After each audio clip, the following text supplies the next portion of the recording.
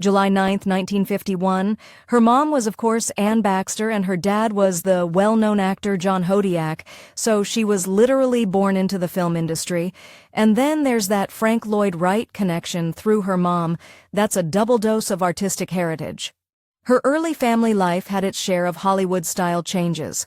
Her parents divorced when she was just a baby, and sadly, her father, John Hodiak, passed away in 1955, so she didn't get much time with him.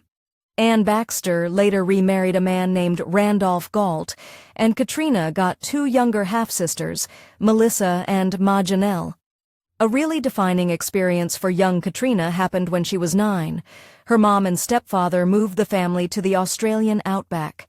Katrina spent a lot of time there riding horses and getting totally immersed in nature with her mom. That period left a huge mark and sparked her lifelong love for the natural world. When it came time for higher education, Katrina made a big move. She headed to the Pacific Northwest and graduated from the University of Puget Sound in Tacoma, Washington. This wasn't just about getting a degree. It was a very conscious decision to find her own identity. She's actually said that a big reason she moved was to avoid being just somebody's daughter. "I wanted to find out who I was," she explained. Katrina's artistic path has been wonderfully varied. She had one main film role in the 1980 Merchant Ivory movie, Jane Austen in Manhattan, where she played Katya. And get this, she also composed 2 songs for that film, so she was already showing her multifaceted talents. But despite that Hollywood connection, she didn't pursue a big film career. Instead, her real passion seemed to be theater, especially directing.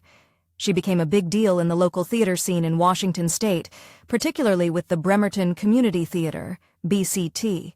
She directed challenging plays like a critically acclaimed production of One Flew Over the Cuckoo's Nest. She believed in theater that could make people laugh, cry, and think. She even won a Best Director award for a piece called Overtones. For nearly 15 years, she poured her energy into community theater, which she said gave her Hollywood side a fix. It was her way of staying connected to the performing arts, but on her own terms, making a real impact locally. And then there's her jewelry. Katrina started a business called Eclectic Adornments. By 2010, she'd been crafting beautiful pieces for about 8 years. Her designs were often inspired by nature, and she even said making jewelry gave her her Frank Lloyd Wright fix of creativity. A cool nod to her great-grandfather. She gave her pieces names like Coral Reef and Tide Pools, and often made them on commission to keep her art accessible, reportedly selling them on Etsy. Beyond all this, she's owned a restaurant and even worked for veterinarians. Just a life full of diverse experiences. Katrina Hodiak has been married twice.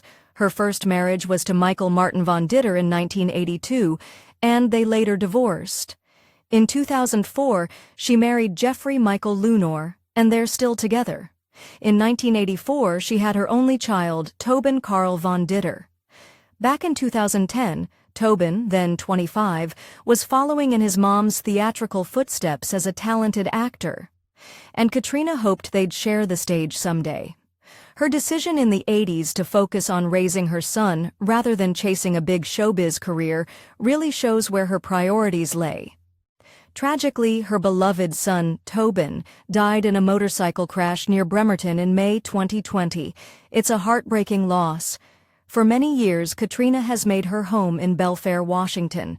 Her life there seems to be all about embracing nature and her creative passions.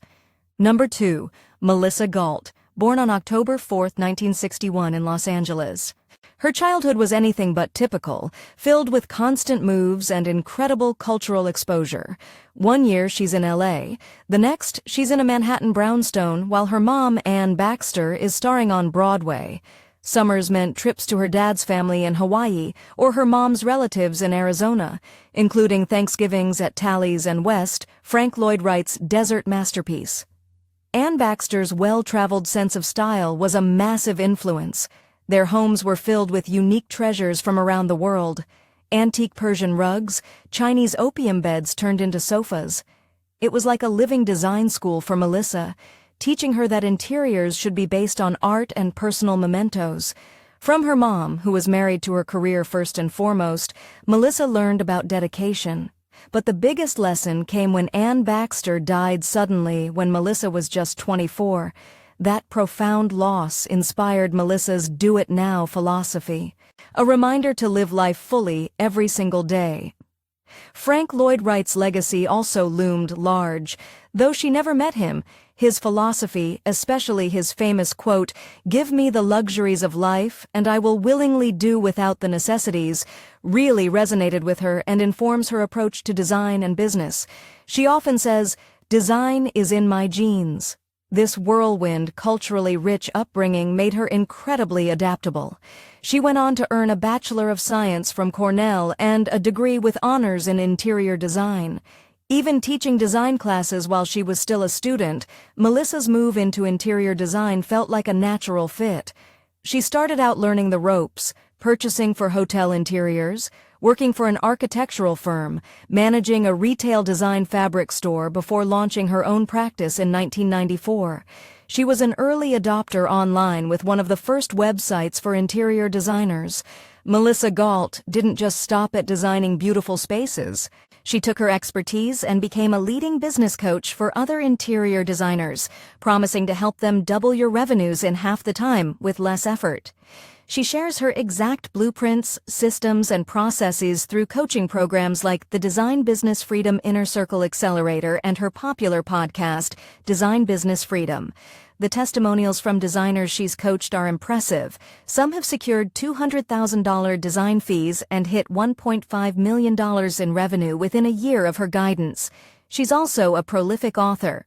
Books like Celebrate Your Life 101, Ways to Live, Tuned In, Turned On, Engaged, and Connected. Every day in marketing luxury design, capture her philosophies on living a fulfilling life and building a successful business. As a speaker, Melissa is known for being dynamic and engaging. Her talks like Designing a Signature Life are packed with practical advice and aim to ignite and energize others to create change. She's also had a radio show, The Artful Life, and there were mentions of her developing a Maginelle Galt home line and an HGTV series, though recent info focuses more on her coaching. Forbes even recognized her as one of the top 20 women of influence on Twitter for entrepreneurs to follow. Maginelle Galt has truly taken her unique heritage and built an influential brand all her own. Number 1. Maginelle Galt, born on March 11, 1963 in California.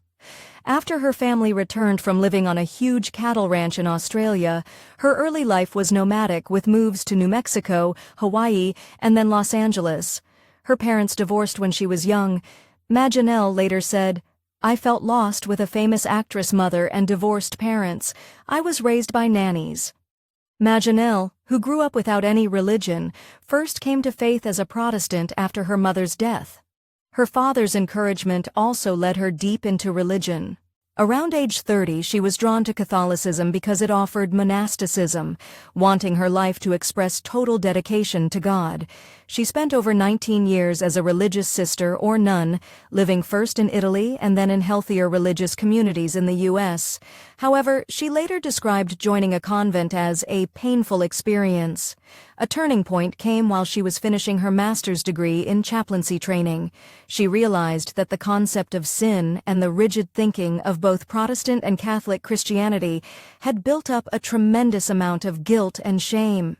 This led her to leave religious life. Her search for something more continued, and she eventually found a course in miracles, ACIM, a spiritual self-study program. She said, "ACIM eventually set me free from the burden of Christian guilt and shame. I was ripe for it." Emerging from this transformative journey, Maginelle embraced a new calling as a spiritual midwife. She aims to help women align with their authentic selves, especially women who come from a background in religion, helping them shed guilt and recognize their innocence. Her past challenges have become the wellspring of her wisdom.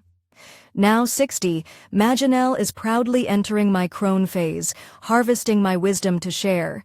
She's an entrepreneur coach for women, 50-plus, ready to move into self-confidence for their next stage, particularly helping women post-divorced to discover their purpose by turning within instead of seeking answers outside. This work is deeply authentic as she herself divorced and moved across the country to start over around age 59 or 60. She established the Radiant Midlife Collective online, though it was still in its early stages as of May 2025.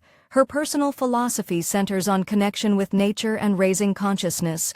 Her priestess training helped her reclaim her divine feminine, once twisted and distorted by religion. Maginelle's distinctive first name is likely a tribute to her maternal great-aunt, Maginelle Wright Enright, Frank Lloyd Wright's sister and a successful artist, connecting her nominally to this creative lineage.